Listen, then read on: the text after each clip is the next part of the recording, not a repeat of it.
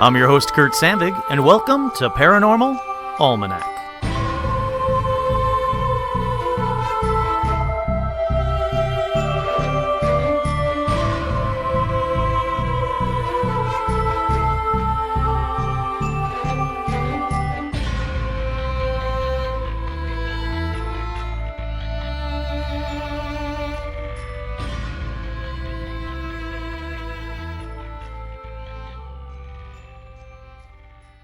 That's right, I'm your host, Kurt Sandvig, and on this week's edition of Paranormal Almanac, let's talk about Russian ghost sightings, or Russian haunted locations. But first, as always, shout-outs to the patrons. Please don't skip ahead. It takes maybe 30 seconds. Listen to the people that make this show possible for everybody else. Shout-outs to Aaron, Amber, Amy, Angie, Autumn, Brody, Seth, Carolyn, Chuck, Dan, Daniel, David, Dill, Edgar, Elliot, Erica, Aaron, Fabian, Harley, Harvey, Heidi, J. Mark, Jade, Jamie, Jason, Jeff, Jenny, Jennifer, Jim, Joe, John, Joshua, Juliana, Kelsey, Kenny, Kira, Kyle, Laura Rutho, Lauren, hi Lauren, Lawrence, Lindsay, M. Caballero, Lindsay, oh my God, how did I not notice you? Lindsay is the best. Madison, Maggie, hey Maggie, Michaela, Manning, Martin, Matt, Megan, Nanashi, Nick, Pablo, Rachel, Reed, Rosa, Sage, Sarah, Shelley, Suzanne, Tosh, Todd, Jamie, and Elijah Hendrickson. Elijah's the best as well. And Todd and Jamie are cool too. Travis, Trey, Troy, Veronica, and Vincente. Just a little heads up. Lindsay, I actually did a radio show with Lindsay a long time ago. Lindsay is the best. I am so happy to see her on here. I never get to see her anymore. She moved away from me, probably on purpose, I can only assume. So I'm very happy to see her on that list. I didn't even notice that until just now, and I'm so very, very happy that I noticed that. So shout outs to everybody, and I mean everybody, that makes this show possible. You are all the best. Without you, I could not make this show, and I'm not just saying that. I literally could not make the show without you guys. And everybody listening, please like, subscribe, wherever you get your podcasts. Find Paranormal Almanac, like and subscribe. Make sure you review it on iTunes or Podbean or Stitcher, wherever you review and listen to your podcast. If you can review it there, please review it. Get the word out. Tell your friends. Share the Facebook posts. Do whatever you can. Any little bit that you guys do I'll be eternally grateful for it. It helps me out in so many ways. I cannot thank you guys enough. Alrighty, with that, let's get over to paranormal news. Paranormal news. Ladies and gentlemen, this is Paranormal News.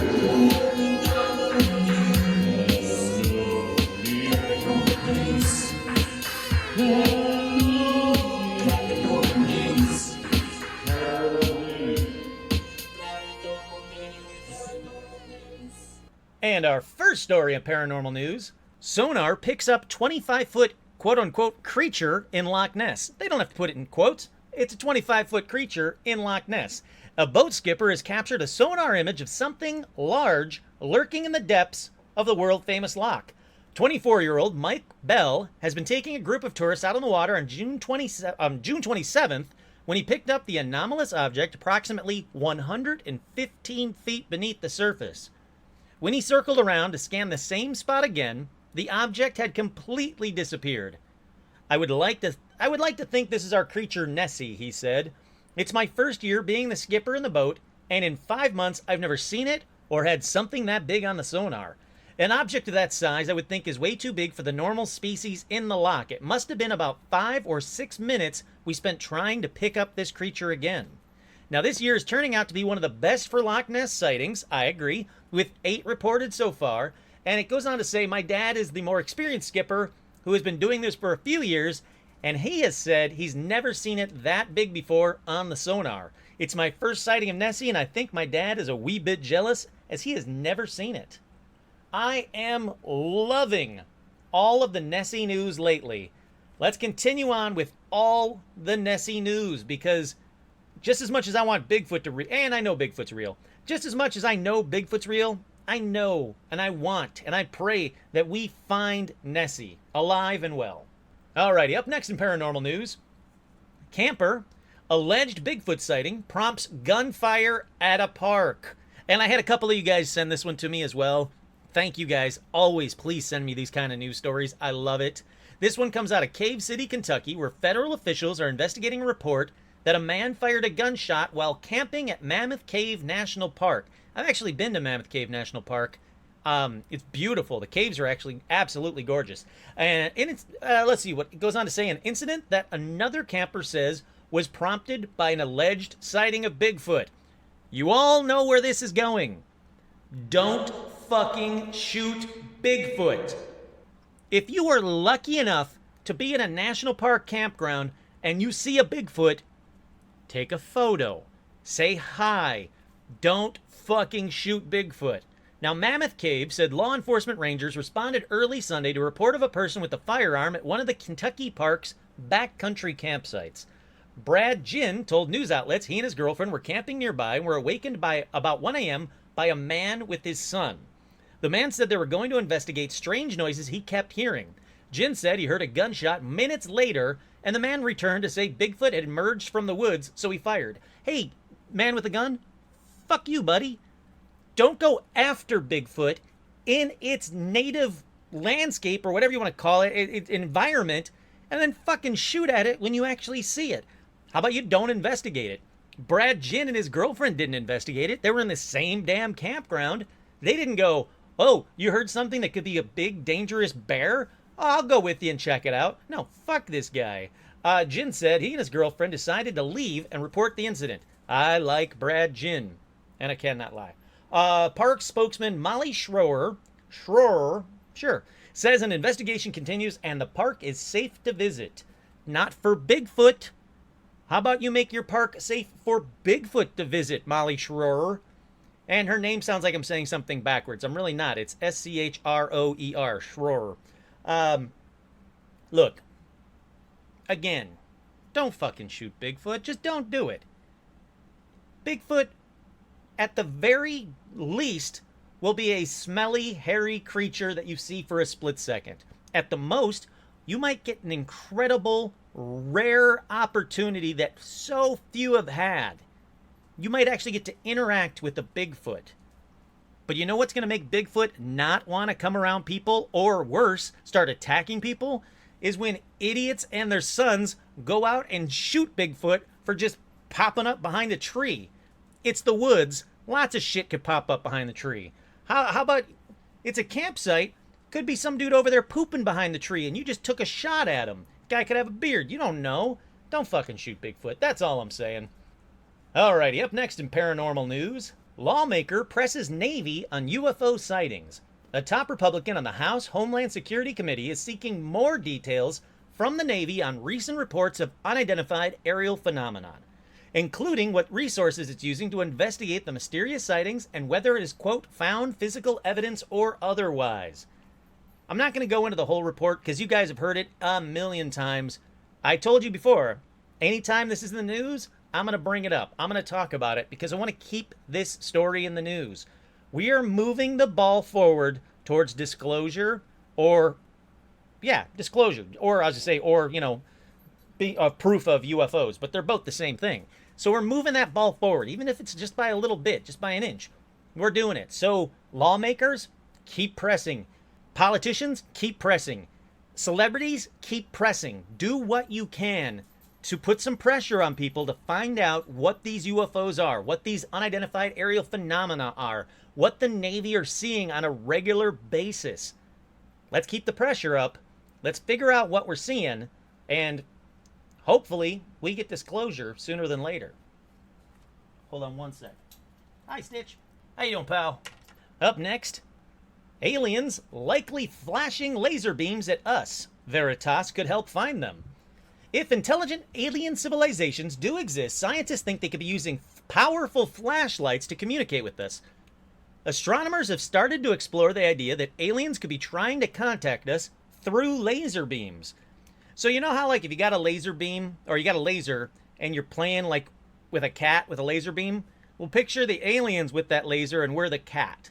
So, Breakthrough Listen is a project that attempts to detect intelligent extraterrestrial communications in the universe, has announced that its team will start to look for this potential new sign of alien technology using the Very Energetic Radiation Imaging Telescope Array System, or VERITAS, at the Fred Lawrence Whipple Observatory in Amada, Arizona. Using VERITAS, astronomers will scan the night sky for nanosecond flashes of light from nearby stars. These brief pulses of optical light are like lighthouse beacons for cosmos that outshine any nearby stars and may be possibly a method of alien communication.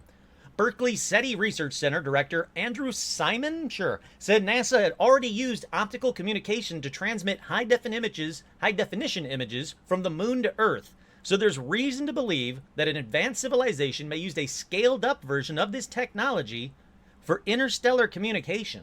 Simon also said that VERITAS could help astronomers detect fast optical pulses, which could possibly originate from alien tech.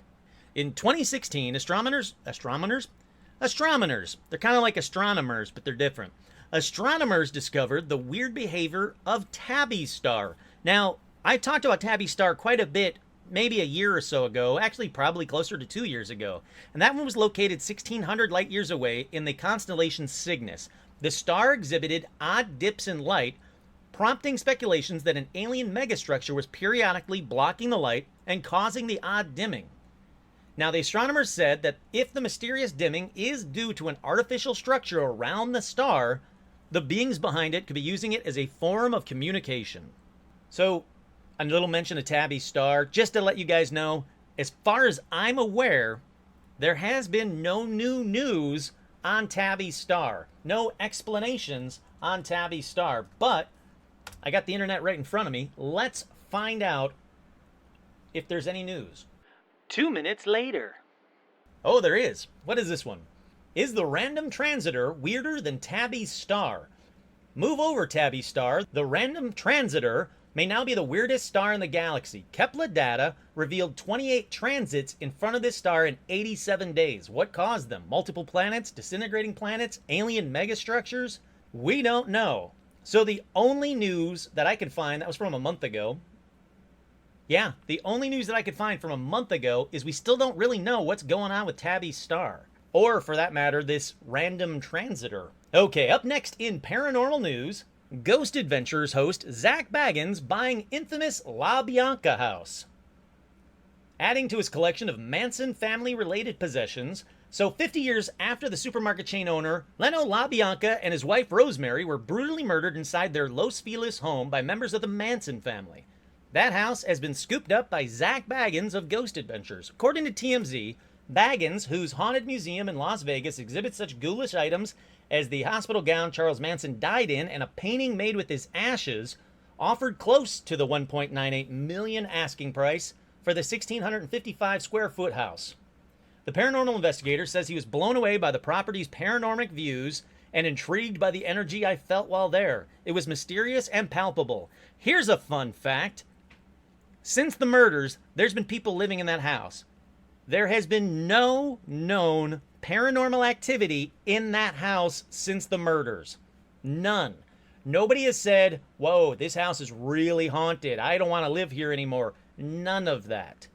So, I don't know what to think about that one. Yeah, of course Zach's going to say that because he's probably going to make it an Airbnb or rent it out some way, shape, or form. You need to drum up the paranormal side of it if you're going to do a paranormal investigation or a paranormal Airbnb or something of that effect. So, I don't know what to think of that one, but he owns the house. If he wants to let me in it, I would love to do an investigation. If not, totally understand. Alrighty, before we close up paranormal news bag, I don't know what I was going for there.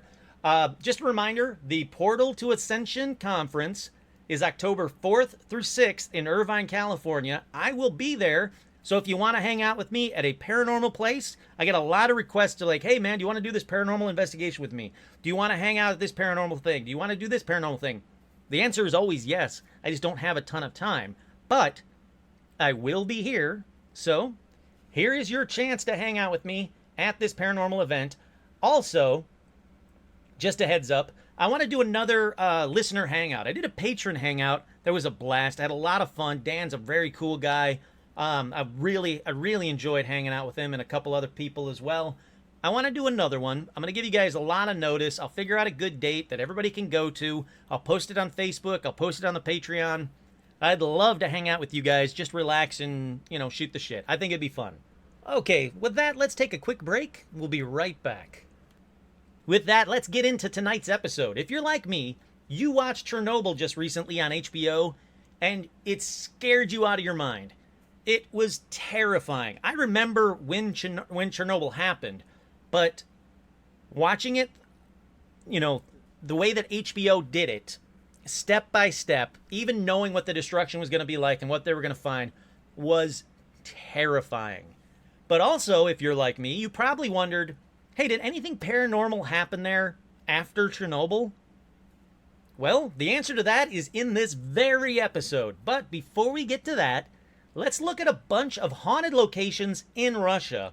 And I'm going to be sure to butcher a few names along the way. First up, I'd like to say, I'd love to visit Russia. I'd love to visit Chernobyl and do a paranormal investigation there. I think that would be absolutely incredible. I don't want to stay there. I don't want to get abandoned there. But I would like to check it out. I would love to do a paranormal investigation there. It's been done. There's been many people that have done them. I would like to be one of them. Okay, so the first up on this list is the Kremlin, which is the most Russian building that I can think of, and probably many people can think of. And apparently, like every cool building, the Kremlin is also haunted. There have been many reports of people seeing the ghost of Lenin and Stalin, not at the same time, walking the halls, and guards that have been interacting with them. Now, sadly, I couldn't find out what that interaction was. Did they play tag with Lenin or Stalin? Did they run around being chased by the ghost like on a Scooby-Doo episode? I have no idea. Unfortunately, the only information I could find is that the guards have interacted with these ghosts. There are also reports of people visiting the Kremlin, seeing people in period clothing and footsteps and voices heard when no one else is around. Like they'll be looking down this hallway and they can hear people coming towards them in the hallway. It's not sound bouncing off anywhere. They're actually physically standing there waiting to see who the hell are these people walking and talking, and then nothing. And it's not hard to see why. I never knew this, but apparently the basement of the Kremlin is ancient. And it holds skeletons dating back to the 12th century. Now, most of the Kremlin was closed off soon after the Bolsheviks moved their government there in 1918 from the Tsarist capital of Petrograd. Or Petrograd? I don't know. I'm sorry, Russians.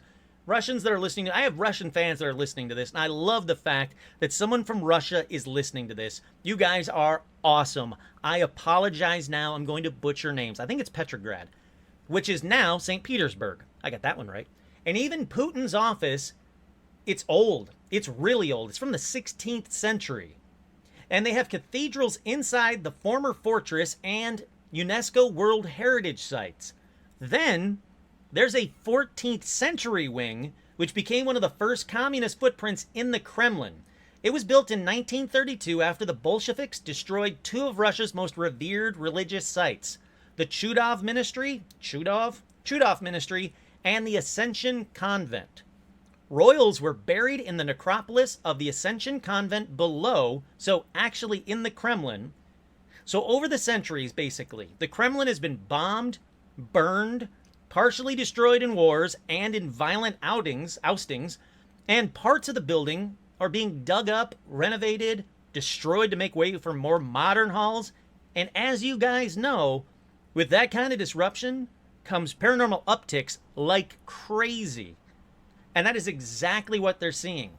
They're finding more and more stuff, and as they're unearthing stuff and unearthing skeletons and tombs and graves, the paranormal activity is increasing as well. And you guys have to remember that even though they're not the Soviet Union anymore, Russia is still pretty tight-lipped about UFOs and paranormal activity, so to get any information from them is just like the tip of the iceberg. There's going to be tons more.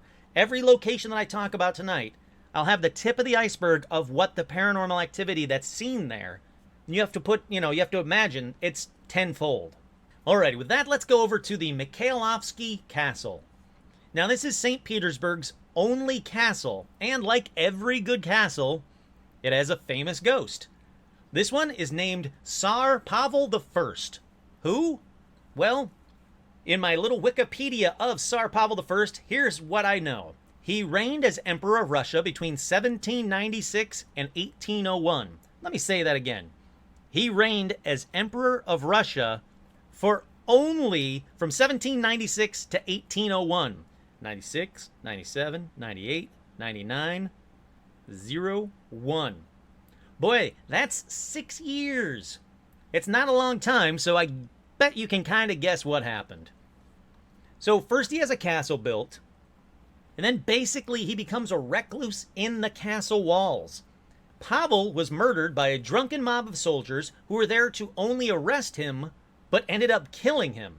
All right, so Pavel is still seen in the castle to this day. Apparently, there is a particular window in the castle where he can be seen playing the violin.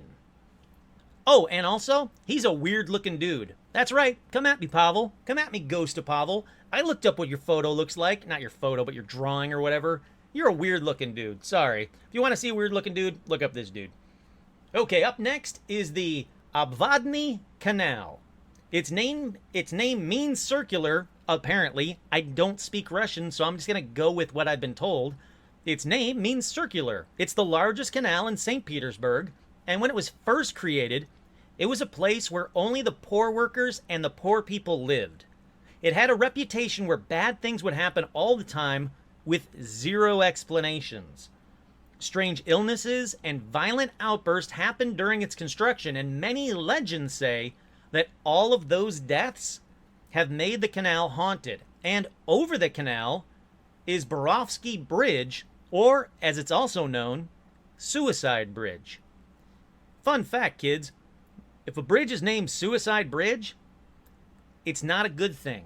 It's not like one of those, like if you see a big guy and you call him tiny. Suicide Bridge means a lot of people died there. Now, I can't find a specific number of suicides, but I have found multiple reports that a ton of suicides or clusters of suicides happen in just about every decade since the early 1900s.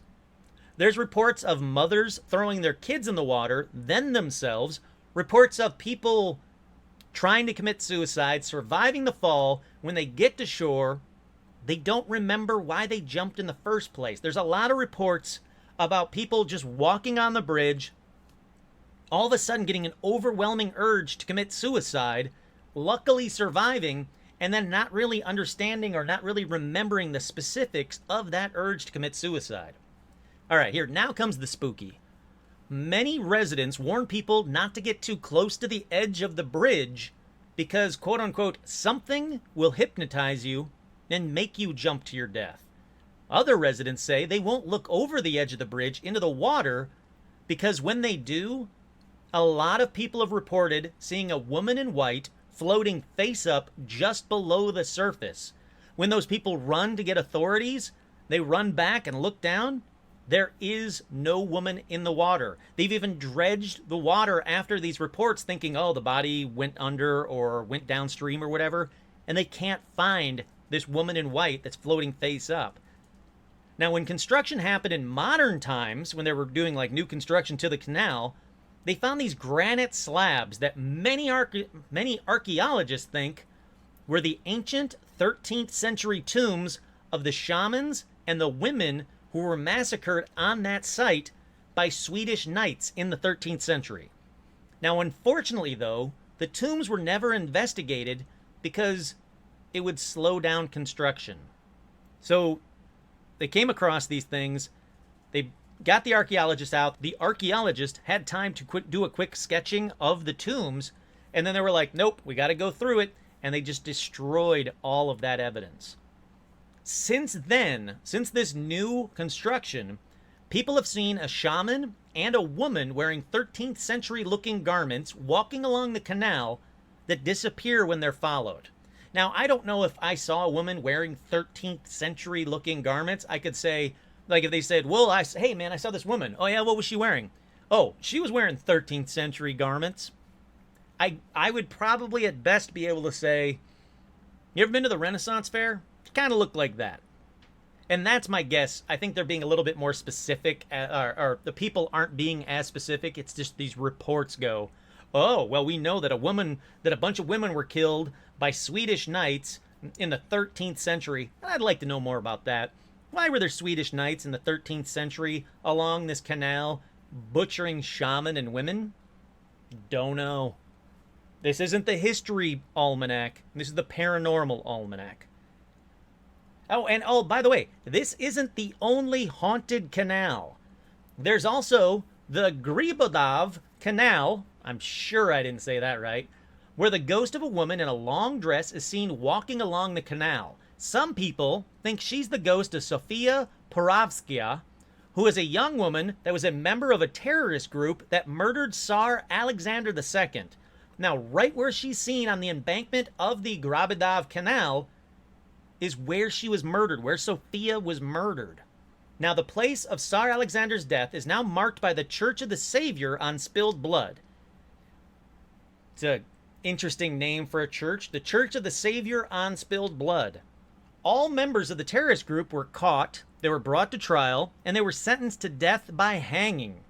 Supposedly, Sophia's spirit can even be seen waving a white handkerchief just like she did on the day of the assassination to signal the approach of the Tsar's carriage.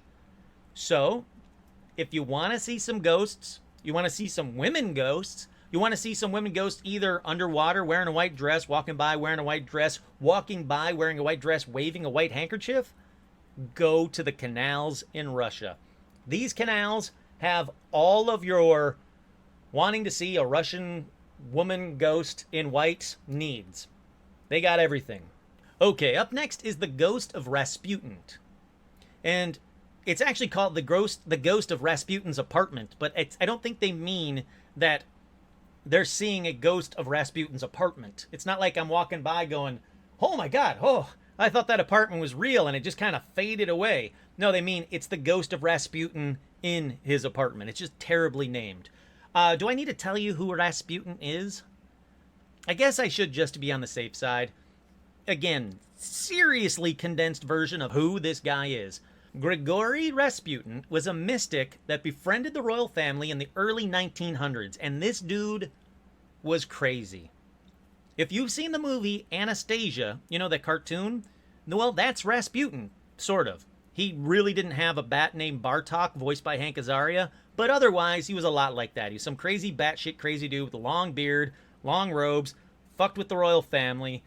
He was a self-professed healer, and he swindled many people out of their money, quote-unquote healing them. And that included the royal family themselves. So the royal family and Rasputin started to fade in the people's minds. They didn't really like them so much. Their glory wasn't as high. So they were like, you know what? F these people. F that dude. But, all right, so that's his story in a nutshell. Well, most of it. So next, let me tell you about the BS about his death, about all of that uprising I was just kind of getting to. Now, there are many sites who say he was poisoned, shot, and drowned, and had to be dismembered to finally die.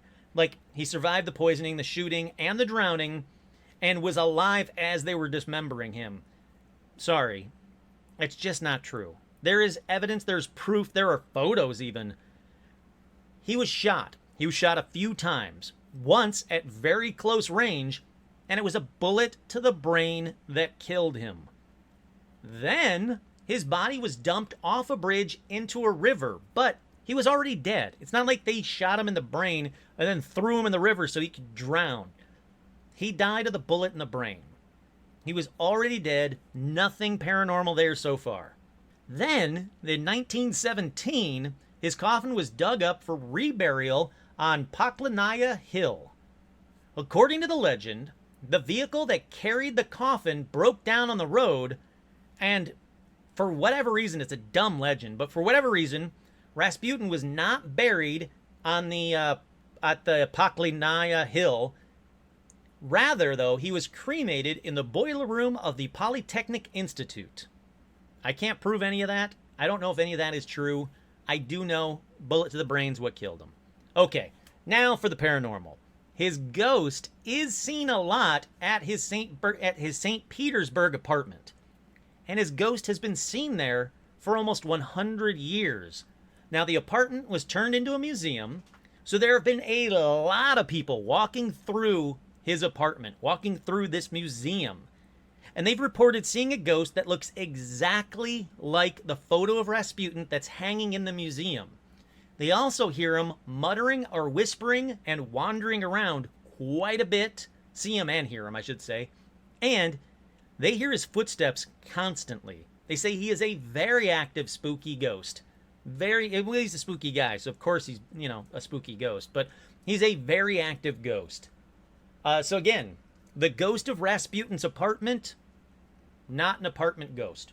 Okay, from here we're going to actually kind of burn through a couple of quick ones. Because like I said earlier, I can find a bunch of stuff, but only like the tip of the iceberg kind of stuff. And even some, it's just one line. I tried to find sources. I tried to find other stuff to corroborate, and I just couldn't. So for a bunch of these, it's just kind of short but sweet. So here we go. The Ghost by the Bronze Horseman is a statue dedicated to Peter, who basically built St. Petersburg, hence the name. And many people who have visited this statue late at night have seen a dark shadow figure appear around the statue. Next, there is a hunchbacked old man ghost seen at the 19th century house number 17, I'm going to butcher the hell out of this one, on Myasnitskaya Street in central Moscow. Myasnitskaya Street in central Moscow. It's close enough. If you go to this number 17, if you find this street, see an old hunchback ghost, old man ghost.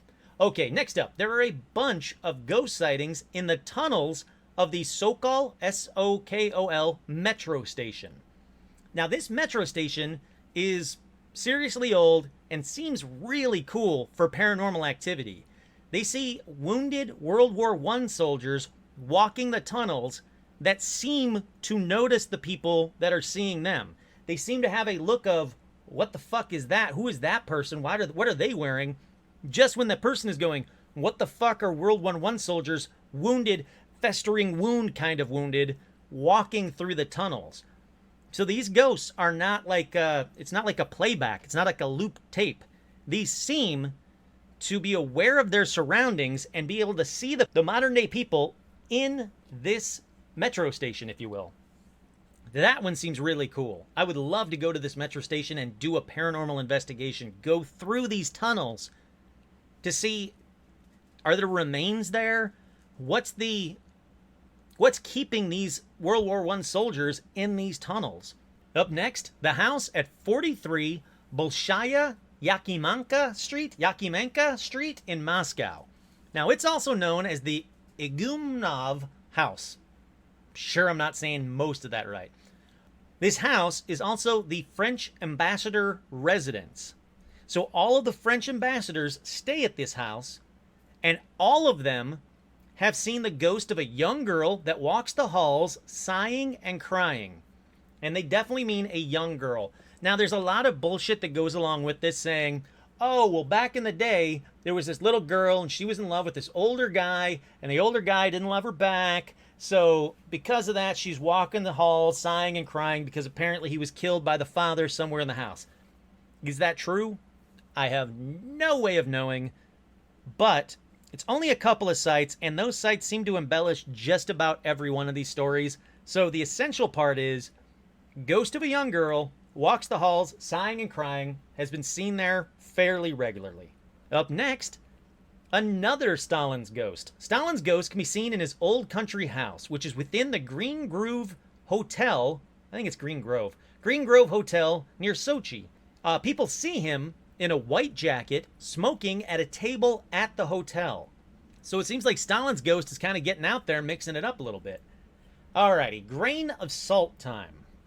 Next to a modern psychiatric hospital in the village of Lyakovo, near Nizhny Novgorod, there is an abandoned building that legend says that some 30-odd years ago, a young woman hanged herself because the man she loved couldn't love her back, and her ghost is still seen hanging inside the building or walking by windows in a white glowing gown, and there's not even floors there anymore on these windows that they see, like, oh, I saw her on that window right there. It's the third one up from sixth over. And they'll go up there and the floor is fallen in because it's an abandoned building, but yet they saw a woman walk right by these windows.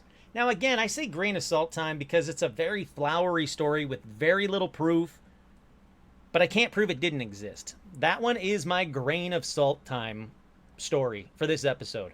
I can't say it's true. I can't say it's not true. So, yeah, maybe grain of salt time. Now, here we go. Here we get to it. Now it's debunk time. So there's this awesome story that I first heard on Art Bell years ago.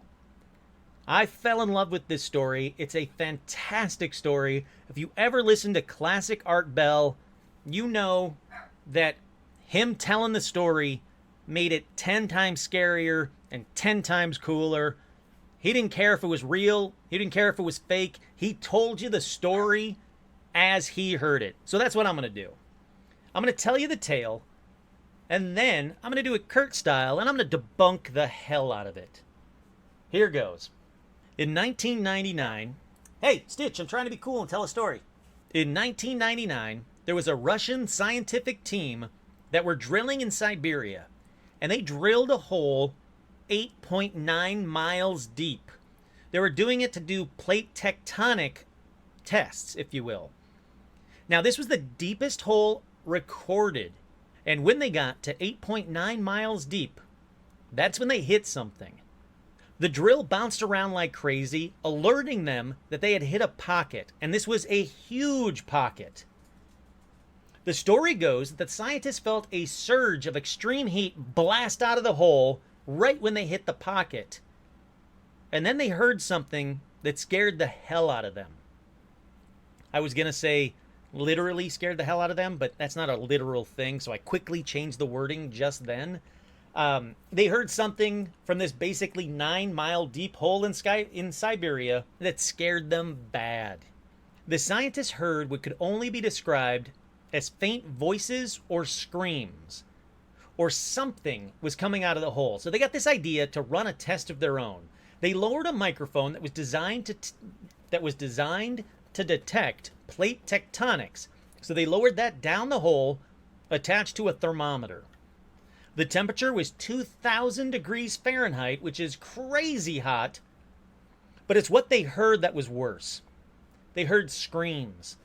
Thousands of screams, maybe millions of human voices crying out in agony and pain. Blood-curdling screams that didn't stop. And that's when they realized they had drilled a hole to hell. These recordings of the hell screams were smuggled out of Russia and then made their way to Art Bell. And here it is. Are you ready? Let me play this for you. Now, I've got a clean copy of it now, and I warn you, this could scare you.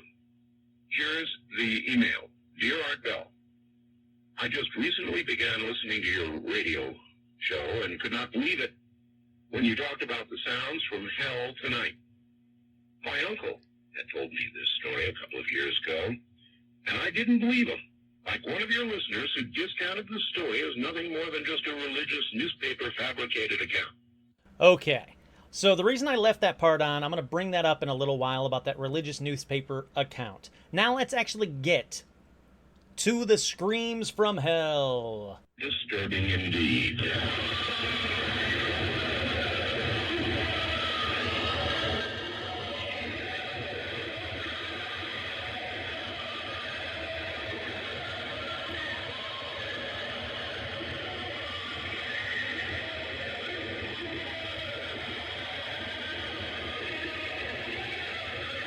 All right, that's about as much of that as I can take. I will include this on the Facebook page if you have some strange desire to listen to, sounds from hell even longer than that. It's scary, right? Terrifying sounding, right? So is any of it true? Sorry, Art Bell, or Ghost of Art Bell, or Art Bell fans. it's kind of true. Yes, the Soviet Union did drill a hole more than 7.5 miles deep. It was called the Kola Super Deep Borehole. Now, it wasn't located in Siberia, but it was located in the Kola Peninsula, and that shares the border with Norway and Finland. And this happened in 1989. But nothing paranormal or hellish was found. Alrighty, so it's going to get jumbled for a minute. I mentioned it a second ago about the whole religious newspaper thing. Bear with me for this next part. I'll explain it afterwards. I'm going to read it directly from the internet that's already debunked this story. It's been circulating for a while now around the internet since at least 1995. This story first appeared in English on a 1989 broadcast by a U.S. domestic religion-based TV broadcaster, Trinity Broadcasting Network. And that's what Art Bell was talking about. Then, it kept getting repeated again and again and again. Now, first, the story originally was published by a Finnish newspaper called Amnesia. Sure, why not? Now, this story has been based on recollections of a letter printed in the feature section of a newspaper called Italia Suman. And that story was a take on a story appearing in a Finnish Christian newsletter named Vialtajat. Sure. That had been printed in July of 1989. Now, the newspaper editor from that story claimed that its origin had been a newsletter called Jewels of Jericho, published by a group of Messianic Jews from California. And then it goes on and on and on and on. All right, here we go. I told you to bear with me.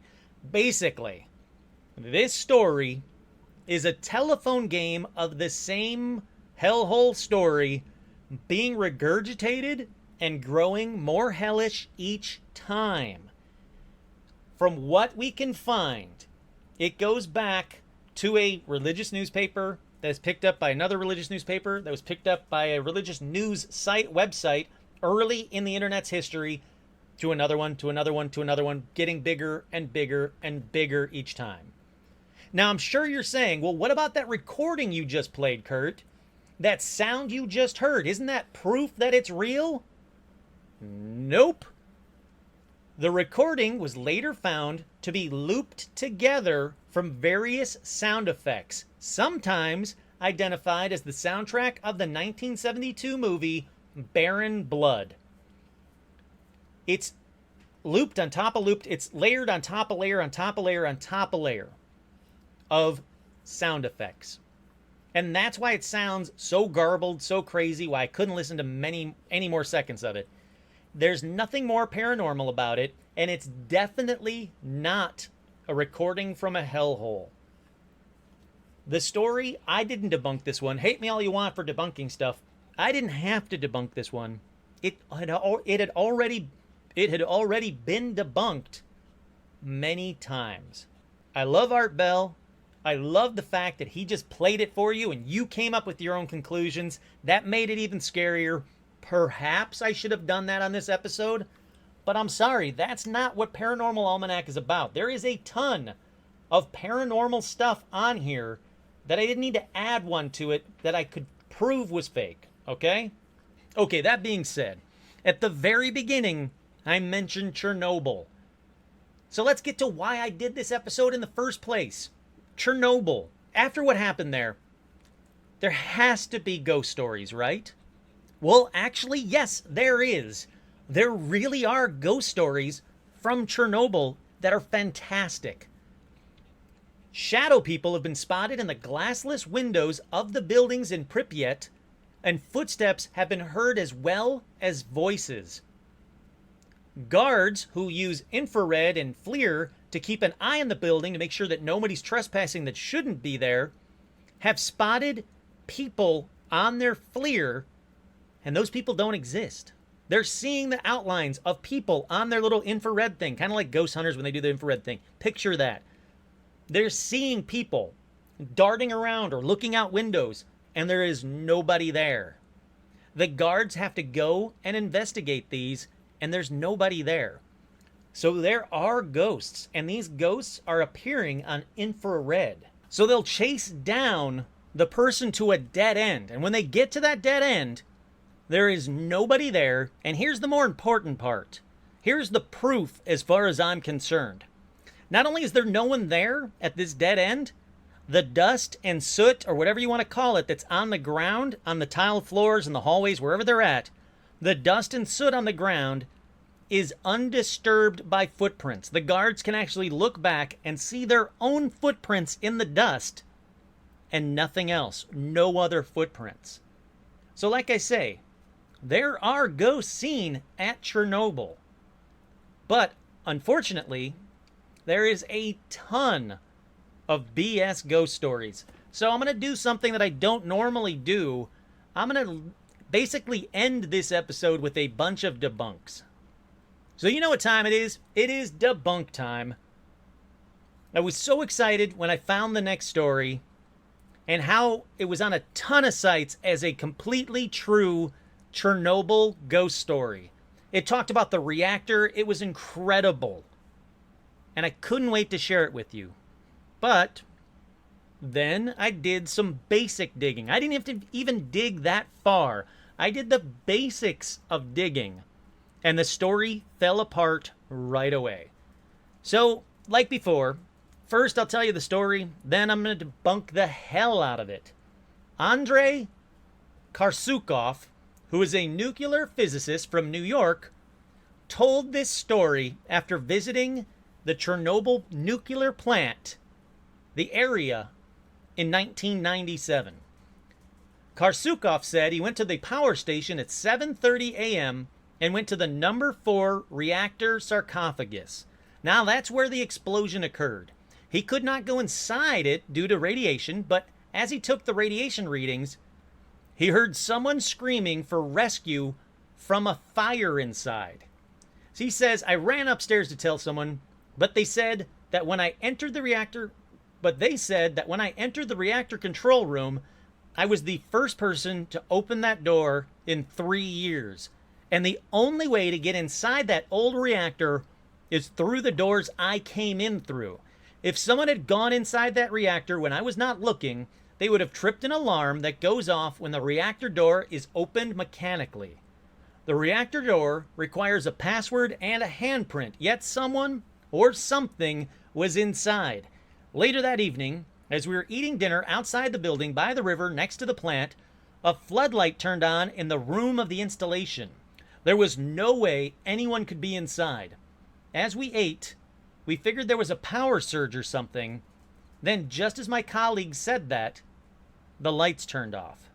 Another great story, right? A story from inside the reactor sarcophagus where Chernobyl happened, where the explosion happened. Here's the problem.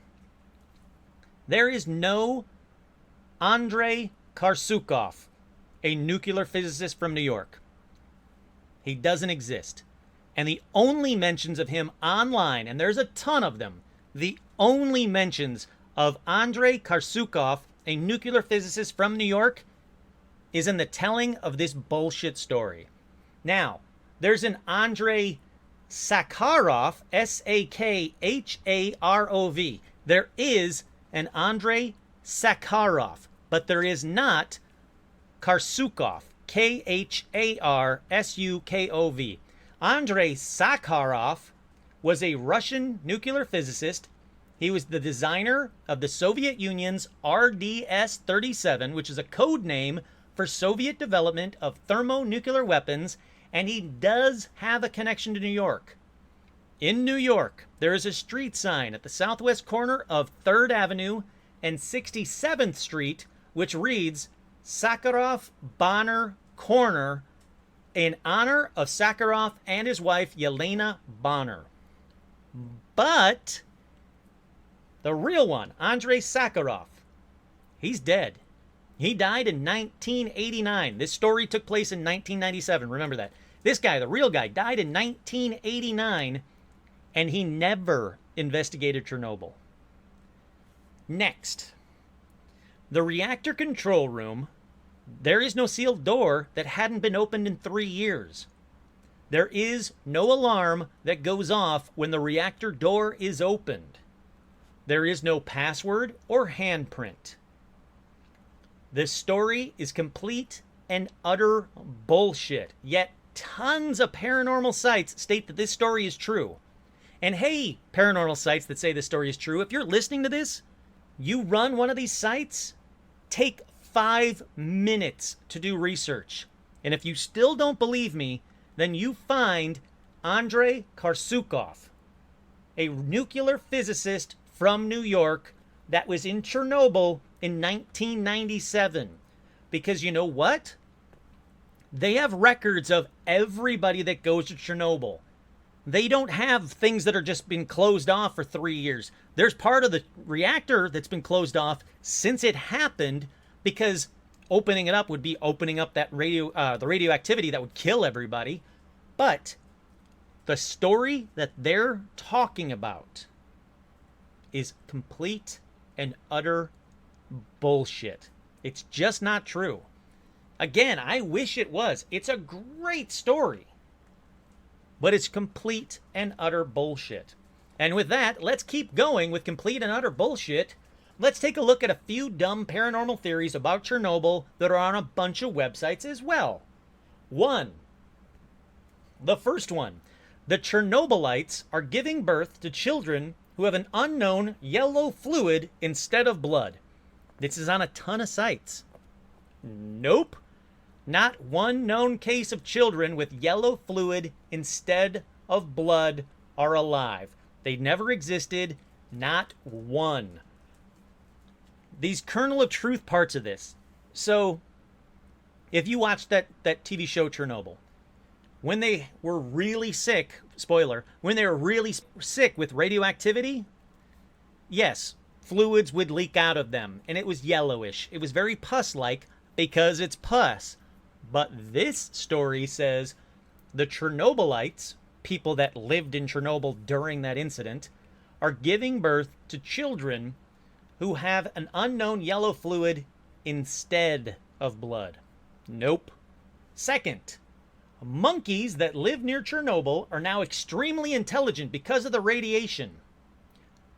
That's not a real story, but this story is spreading as quote-unquote a true story on a ton of websites. Because, oh yeah, there are so many tales of Russian monkeys in the wild. For years, Russians would see monkeys swinging from the trees in the Russian jungles.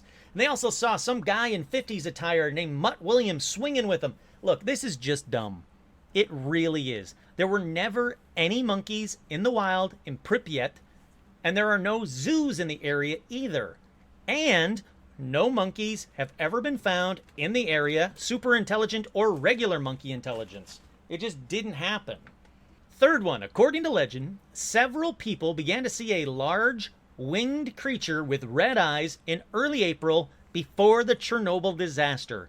The creature became known as the Blackbird of Chernobyl. No. This isn't mentioned anywhere around the time of Chernobyl, nor is it associated with any real, credible witnesses of Chernobyl since. They're trying to link it up to the Mothman one. Like, oh, Mothman always, appears before a disaster.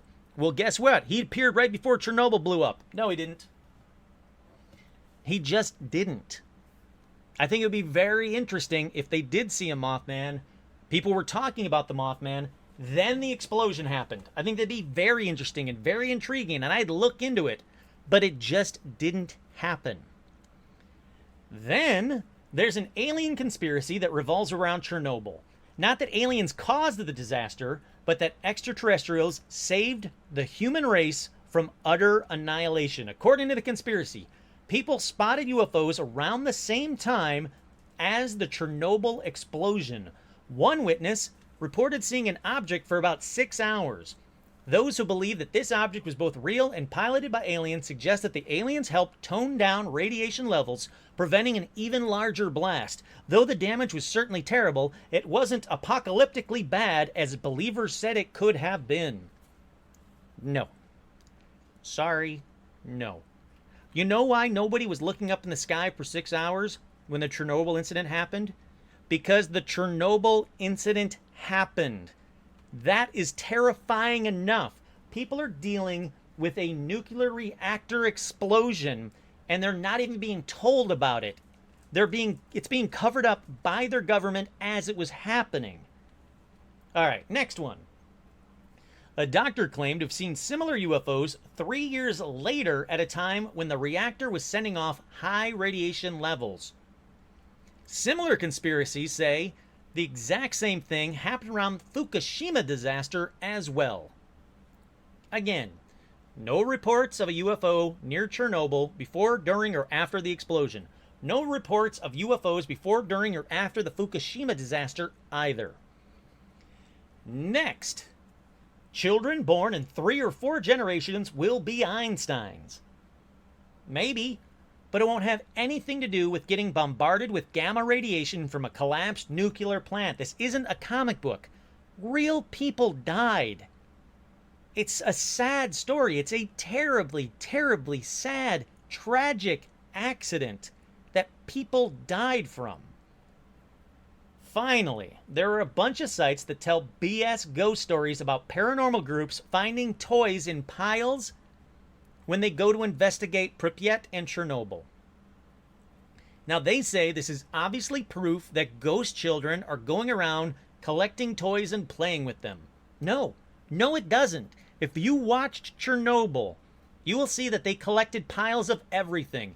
Books, uniforms, gas masks, air tanks, everything to keep all the radioactive material in piles at the location for the eventual cleanup that sadly never happened. But they wanted to contain the radioactive material. All the material that was radioactive, they wanted to contain it. There is zero proof that ghost children are making piles just like the military did when the accident happened. None. Not one. Again, I get why people would think that. If you're there and you're doing a paranormal investigation and you come around a corner and you see an odd collection of shoes or toys or gas masks, it's terribly frightening. You're at a horribly frightening location with a Geiger counter clicking away because of radioactivity, and you see something like this. You psych yourself up. If you didn't do the research, it seems terrifying. It has nothing to do with the paranormal. So again, I like I said earlier, I apologize that I'm ending with a bunch of debunks, but please just remember this. There are a bunch of real ghost stories from Chernobyl, from Pripyat, from Russia. Tons of them on this episode alone that can't be debunked. And that's the point of this show. Again, that's what I want to do with Paranormal Almanac. I'll tell you everything. I'll debunk what I can. And what's left is even more incredible because I couldn't debunk it. These stories are continuing to happen. They didn't just happen once and they never saw them again. And like I said earlier, this is the tip of the iceberg, the tip of the paranormal iceberg from Russia. Hopefully, stories like this will keep coming out, keep being talked about. The internet will keep sharing them, the true stories, not that BS, the true stories, and we'll hear more about paranormal investigations and paranormal sites in Russia. And I think that is worth it. That's completely worth this episode. Like I said, I was very excited to do this episode because of Chernobyl, but also because, Russia is still kind of a mystery place. I get that it's not like the Soviet Union, it's not like it once was, but it still kind of is. There's still a lot of stuff that we just don't know about. And that stuff that we just don't know about, hopefully our government and their government will get its shit together, stop with the arguing and the fighting and all this other bullshit, start working together and sharing this information as well as every information. Just start sharing. If you happen to live in Russia and you happen to listen to this show, please email me at paranormalalmanac@gmail.com or go to the Facebook page. Contact me however you can. I want to hear your paranormal stories from Russia. I kind of also want to hear just how bad I butchered most of those names. I apologize I apologized ahead of the show. I'm apologizing now. I hope I got at least a couple of them right. I think Russia is a fascinating place, and I would love to investigate it. Once again, I'm your host, Kurt Sandvig, and this has been another edition of Paranormal Almanac.